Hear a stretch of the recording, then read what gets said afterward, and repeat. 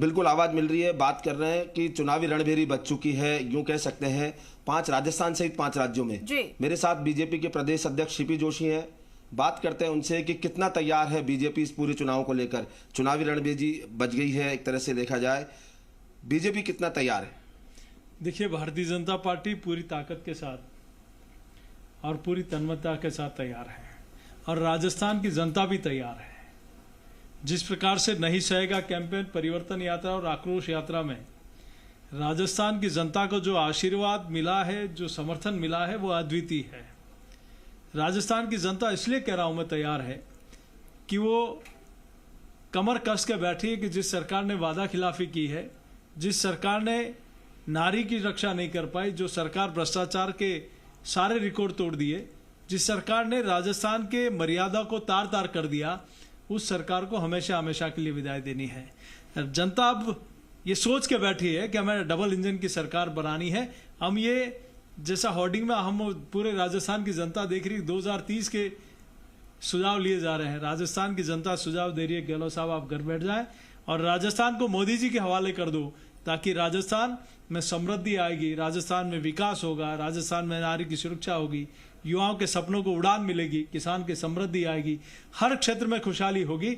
आज जिस प्रकार से 5 वर्षों में, पौने 5 वर्षों में जिस प्रकार से सरकार चली है, आप देखिए कि सरकार का मुखिया तो वो होता है जो सरकार की शपथ लेते ही मुखिया के पद से और प्रदेश के कल्याण के लिए काम करना शुरू कर देता है। जो बातें, जो संकल्प, जो वचन जनता के बीच में देके आए कि हम किसानों का संपूर्ण कर्जा माफ करेंगे, हम बेरोजगारी बता देंगे, हम महंगाई को समाप्त करेंगे, उनमें से क्या काम किया आपने?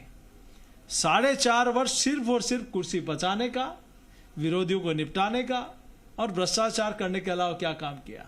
इसलिए जनता के दिलो दिमाग में है, जो सरकार प्रदेश के कल्याण के लिए नहीं सोचती, सिर्फ और सिर्फ भ्रष्टाचार करती है, उस सरकार को हमेशा हमेशा के लिए विदाई देनी है। आज आचार संहिता लगने के साथ ही सरकार के तमाम सरकारी कार्य बंद हो जाएंगे, उद्घाटन हो या घोषणाएं हो, तमाम बंद हो जाएंगी, क्योंकि लगातार घोषणाएं अभी तक जारी थी।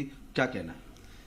देखिए, जैसा मैंने कहा था, अच्छा होता ये काम शपथ लेते ही शुरू करते हैं। आपकी मंशा नहीं थी जनता के विकास के लिए, जो आपने काम किए उनके उस समाज के कल्याण के लिए भी आपकी मंशा नहीं थी। आपको सिर्फ उनका वोट लेना है, उनको गुमराह करके हमारे साथ लेना है वापस, उसके लिए आप कागज निकाल रहे हो। उसकी कोई व्यवस्था नहीं, उसको कोई फाइनेंशियल आपने व्यवस्था नहीं की, उसके लिए कोई प्रशासनिक व्यवस्था नहीं की, सिर्फ आप कागज पकड़ा रहे हो, हमने आपके लिए ये कर दिया। आपके उनके प्रति अगर वास्तव में मन से, दिल से भावना थी कि उनके कल्याण के लिए कुछ करना है, हमने प्रदेश के विकास के लिए कुछ करना है, तो शायद ये काम पहले वर्ष में करते, ताकि वो काम इम्प्लीमेंट हो जाते, वो क्रियान्वयन हो जाता उनका। लेकिन आपको सिर्फ और सिर्फ गुमराह करना है, जो आपकी फितरत में रहा है। हमेशा से आपने प्रदेश की जनता को कैसे गुमराह करके हम सत्ता में आ जाए, लेकिन पिछले 3 बार का इतिहास से आपकी बहुत दुर्गति हुई, इस बार उससे ज्यादा दुर्गति होने वाली है। प्रचार को लेकर बात की जाए तो, क्योंकि अब कैंपेनिंग, असली कैंपेनिंग अब शुरू होगी, क्या कहना है? निश्चित रूप से, चूंकि अभी तक तो आवरण, आडंबर, सरकारी व्यवस्थाएं, सरकारी तामझाम, सरकारी घोषणाएं, लेकिन अब इनको अपनी हकीकत पता लगेगी। मैं कहता हूं, आज से धड़ाम से नीचे आएंगे, इनको अपना आईना दिखेगा कि हमने, और ये आईना हम तो दिखा रहे थे, इनके विधायक और मंत्री भी दिखा रहे थे कि हम किस मुंह से जनता के बीच में जाएंगे। इनके अनेक विधायकों और मंत्रियों ने खुलेआम मंच पर कहा है कि हम अपने किए हुए वादों को कोई पूरा नहीं कर पाए तो कैसे जनता के बीच में जाएंगे, जनता में माफ नहीं करेगी।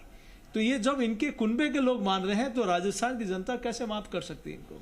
चुनावी आचार संहिता के पालन को लेकर कई बार सवाल भी उठते हैं, दोनों ही दल आपस में एक दूसरे पर आरोप प्रत्यारोप करते हैं, तो क्या कहना है? क्योंकि लगातार चुनावी आचार संहिता आज से लागू हो जाएगी, अब किस तरह से कोड ऑफ कंडक्ट का पालन होगा? देखिए, आचार संहिता का पालन सभी पॉलिटिकल पार्टियों को करना चाहिए। निश्चित रूप से सरकारी व्यवस्था है, सरकारी मर्यादा है, उन मर्यादाओं में रहकर शांतिपूर्ण मतदान हो, इसके लिए हम सब लोगों को, सारी पॉलिटिकल पार्टियों को संकल्प भी लेना चाहिए। मतदाता है जो निर्णय करेगा, निश्चित रूप से वो सबको सर्वमान्य होगा, लेकिन कहीं न कहीं हम किसी को प्रभावित करने के लिए या गलत हथकंडे अपनाएं, ये कभी किसी पॉलिटिकल पार्टी को नहीं करनी चाहिए। हम सब लोगों को मिलकर करना चाहिए। हम अपनी बात जनता के बीच में रखें, निर्णय जनता जनार्दन को करना होगा, जो निर्णय होगा वो सबके सरमाथे पर। बिल्कुल, बीजेपी प्रदेश अध्यक्ष सीपी जोशी थे, जिन्होंने कहा कि अब चुनावी सम्रांगण में बीजेपी पूरी तरह तैयार है कूदने के लिए। जी जी बिल्कुल विष्णु, तो आपने बात करी बीजेपी प्रदेश अध्यक्ष